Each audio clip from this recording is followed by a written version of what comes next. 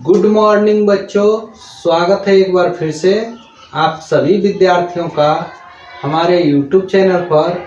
आज हम class 10th के लिए द्विघात समीकरण चैप्टर की शुरुआत कर रहे हैं। तो जितने भी विद्यार्थी अभी तक हमारे YouTube चैनल को सब्सक्राइब नहीं किए हैं, उनसे एक रिक्वेस्ट है कि हमारे YouTube चैनल को सब्सक्राइब कर लें, बेल आइकन दबा दें ताकि हमारे आगे आने वाली हर एक वीडियो की नोटिफिकेशन आपको मिलती रहे। तो बिना हम लोग देरी किए चलो चैप्टर को स्टार्ट करते हैं। तो यहाँ पर हम लोग क्या पढ़ेंगे? द्विघात समीकरण चैप्टर को। तो द्विघात समीकरण चैप्टर में हम सबसे पहले सामान्य परिचय में उन सभी जानकारियों को जो है कि जानेंगे जो द्विघात समीकरण चैप्टर पढ़ने में जो है कि लाभदायक होगा।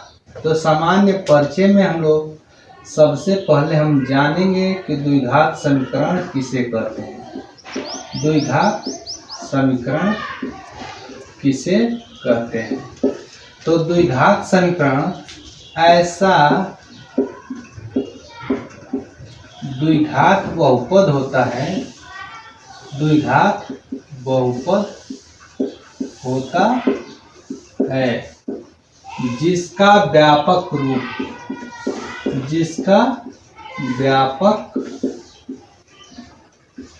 रूप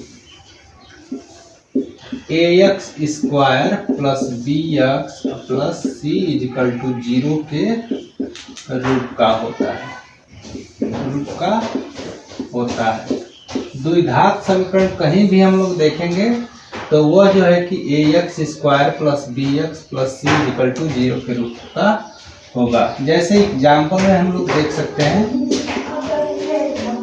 4x square plus 4x plus 1, ये जो है कि इक्वल टू 0 अगर कर लेंगे तो ये द्विघात समीकरण जो है कि ax square plus bx plus c equal to 0 के रूप का है। जहाँ पर हम लोग क्या यह देखेंगे, जहाँ पर a not equal to 0, a का मान 0 के बराबर नहीं होना चाहिए। अब जो है कि कुछ लोग यहाँ पर ऐसे भी बोल सकते हैं, जैसे x स्क्वायर माइनस 4 दे और कहे कि यह द्विघात समीकरण है कि नहीं है। तो ये भी द्विघात समीकरण है। अब कैसे है तो ये ध्यान दो कि यहाँ पर जो है कि कुछ नहीं है तो 1 होगा, तो 1 का जो है कि यह 1 x स्क्वायर हो जाएगा। अब जो है कि बीच वाला पद जो है कि 0 है तो हम लोग लिखेंगे 0 गुणे x, अब उसके बाद जो है कि माइनस 4। तो ये हो गया ax square plus bx plus c के रूप का। ठीक इसी तरीके से सारे क्वेश्चन जो है कि ऐसे अगर जो है कि द्विघात समीकरण जो है कि इसी तरीके के मिलेंगे। अब हम लोग कुछ और जो है कि द्विघात समीकरण के बारे में पढ़ लेते हैं।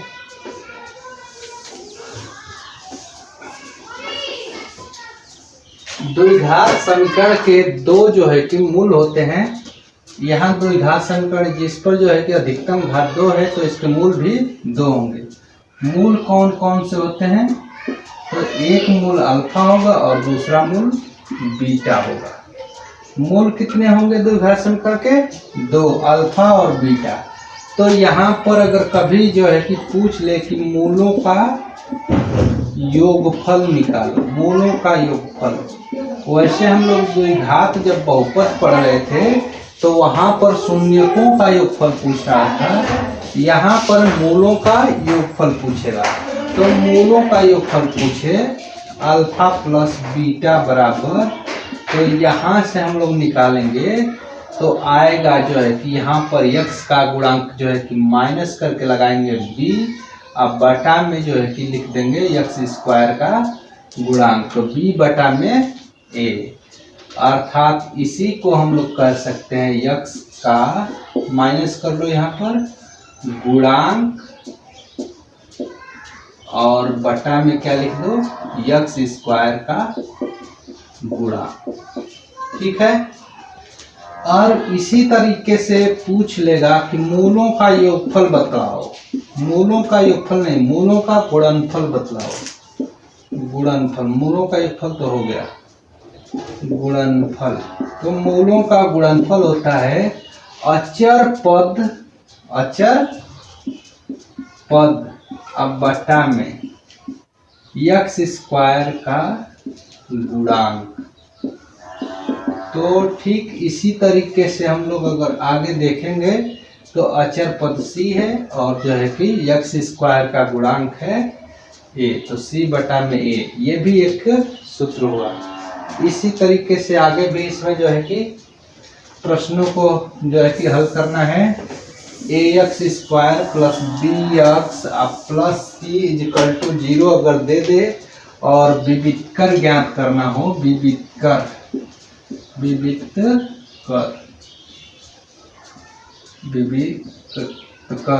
अगर विविधकर ज्ञात करना है तो d बराबर, d जो है कि विविधकर को दिखलाता है, d बराबर होता है बी स्क्वायर माइनस 4ac। इस सूत्र से हम लोग विविधकर ज्ञात करते हैं। और ठीक इसी तरीके से अगर जो है कि कहे कि मूल बराबर हैं तो इसके लिए जो है कि B square minus 4ac equal to अगर 0, इसका मान जो है कि विविधकर का जो मान है बी स्क्वायर माइनस 4ac बराबर अगर 0 आता है तो पहली शर्त का क्या कहती है कि मूल बराबर तथा वास्तविक होंगे।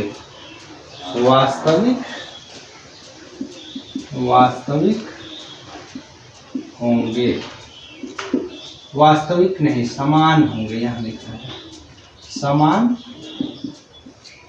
होंगे, हो जाएगा। और वास्तविक भी लिख सकते हैं। और इसी तरीके से बी स्क्वायर माइनस 4ac दूसरी शर्त है, अगर विविधकर ज्ञात करते समय विविधकर का मान जो है 0 से बड़ा है, 0 से बड़ा अर्थात प्लस में 1 2 3 4 कुछ भी संख्या अगर आ जाए तो क्या कहेंगे कि मूल असमान है, असमान तथा वास्तविक है, वास्तविक होंगे।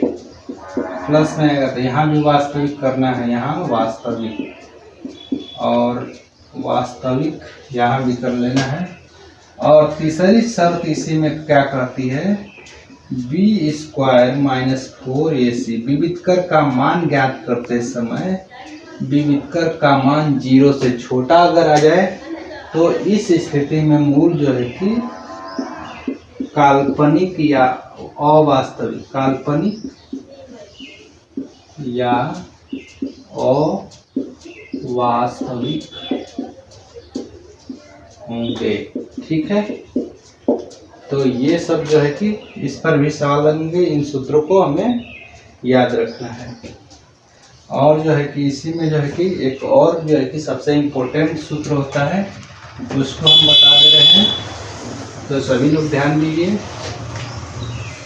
अगर जो है कि कभी जो है कि द्विघात समीकरण ax square plus bx plus c equal to 0 के रूप का हो और उसका जो है कि हल सिरधराचार्य विधि से ज्ञात करना हो, सिरधराचार्य नियम से अगर हल ज्ञात करने पे या मूल ज्ञात करने की बात करें, हल या मूल, तो x बराबर हम लोग ज्ञात करते हैं minus B plus minus root में B square minus 4ac upon 2a। इस सूत्र से जो है कि हम लोग सिरधराचार्य विधि से हल ज्ञात कर लेंगे और जिसको कहते हैं सिरधराचार्य सूत्र। तो इस सूत्र को भी याद रखना है, इस चैप्टर में सबसे इम्पोर्टेंट ये सूत्र जो है कि रोल अदा करेगा। अब हम लोग प्रश्नावली के प्रश्नों को देखेंगे। द्विघात समीकरण जो चैप्टर है इसमें प्रश्नावली नंबर, अब हम लोग प्रश्नावली के प्रश्नों को देखेंगे। प्रश्नावली के प्रश्न दिए गए हैं सामान्य परिचय में हमने सारी जानकारी जो है कि को बता दिया है। अगर आवश्यकता पड़ी तो अभ्यास के प्रश्नों में भी जो है कि हम कुछ सामान्य जानकारियों को, जो छोटी छोटी जानकारियाँ छूट गई होंगी, तो उसको आप सभी को बताएंगे। तो यहाँ पर हम देख रहे हैं प्रश्नावली दिया गया है 4.1 और 4.1 में जो है कि पहला क्वेश्चन दिया गया है, जांच कीजिए कि क्या निम्न द्विघात समीकरण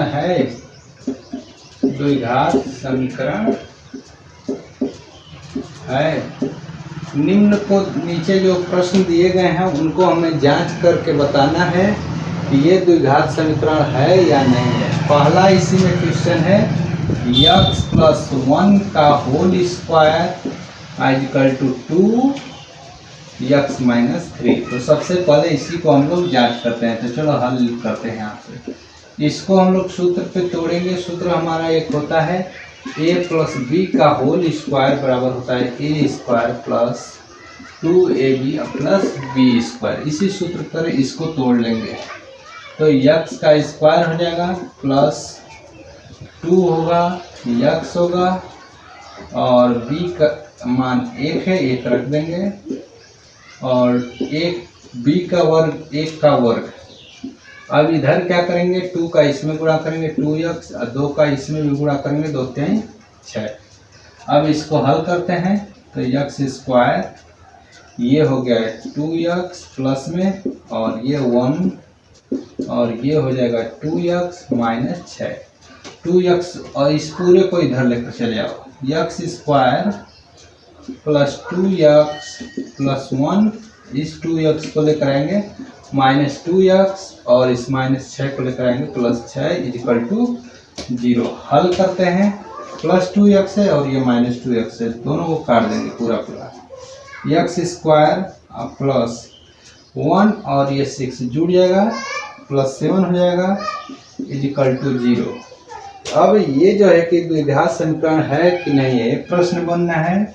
तो यहाँ पर जो है कि यह जो है कि अगर ax² + bx + c के = 0 के रूप का होगा तो द्विघात समीकरण होगा। तो चलो इसको देख लेते हैं।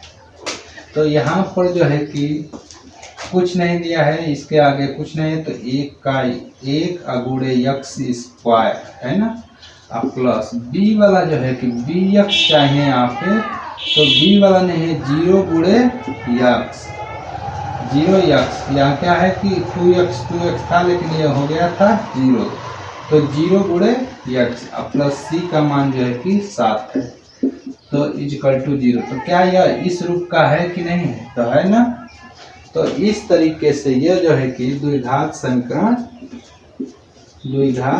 समीकरण है। सबसे जो है कि इम्पोर्टेंट हमें जानना क्या है कि लास्ट में x² पे जो है कि 2 घात अगर बचता है और x जो है कि अगर करणी में नहीं होती है तो क्या होगा कि द्विघात समीकरण होगा। अगर द्विघात बहुपद हो गया तो द्विघात समीकरण होगा। ठीक है, तो क्वेश्चन नंबर हम लोग दूसरे को भी देख लेते हैं। 2, 3 इन सारे क्वेश्चनों को सॉल्व करेंगे। तो हम यहाँ पर क्वेश्चन नंबर 2 को छोड़कर क्वेश्चन नंबर 3 को बताते हैं। क्वेश्चन नंबर 3 दिया गया है x + 1 x - 2 दिया है, पहले x - 2 और अगले कोष्टक में दिया है x + 1 = करके दिया है x - 1 और फिर दिया है x + 3 और पूछ रहा है कि यह द्विघात समीकरण है कि नहीं है। तो इसको हल करने के बाद पता चलेगा यह द्विघात समीकरण है कि नहीं है। तो चलो हल करते हैं। इसको उठाकर इसमें गुणा करेंगे। x को सबसे पहले इन दोनों के साथ गुणा कर लेते हैं। यक्स का इसके साथ होगा यक्स स्क्वायर हो जाएगा, और यक्स का एक के साथ होगा यक्स हो जाएगा। फिर इसको इसमें गुणा करेंगे -2x हो जाएगा, और 2 का इसके साथ होगा -2 हो जाएगा। फिर इसको इसमें गुणा करेंगे, यक्स स्क्वायर होगा, फिर इसका इसमें करेंगे 3x हो जाएगा। फिर -1 का -x हो जाएगा, और -3 का गुणा -1 का गुणा करेंगे -3। पूरे को इधर लेकर आ जाओ, इसको पहले घटा लो, यक्स स्क्वायर ये घट जाएगा तो -x -2 बचेगा। इसको भी पहले हल कर लो, यक्स स्क्वायर प्लस 2x बच जाएगा और -3। पूरे को लेकर आओ इधर, यक्स स्क्वायर -x -2, इधर वाले को पहले लिख लिए, इसको लेकर आ रहे हैं। तो ये जो है कि प्लस में है, इधर आएगा तो -x स्क्वायर, ये प्लस में है, ये भी जो है कि -2x, ये माइनस में है, ये +3 इक्वल टू 0। यक्स स्क्वायर से यक्स स्क्वायर कट गया, बचा क्या -2x -3x, और इधर -2 है अब +3 है। जब जोड़ घटाएंगे तो ये आएगा +1 इक्वल टू 0। यहाँ पर हम लोग देख रहे हैं यक्स स्क्वायर वाला पद जो है कि गायब हो गया है, तो इसलिए यह ax square plus bx plus c equal to 0 का पालन नहीं कर रहा है, पालन नहीं कर रहा है, या इस रूप का नहीं है। अतः यह द्विघात समीकरण नहीं है, द्विघात समीकरण नहीं है। लिख दो, द्विघात समीकरण नहीं है। ठीक इसी तरीके से सारे के सारे क्वेश्चन करने हैं। तो बाकी जितने भी जो क्वेश्चन बचे हैं उनको लगाने की कोशिश करिएगा। जो सवाल बच रहे हैं उन सवाल को हम अपने नेक्स्ट वीडियो में लेकर आ रहे हैं।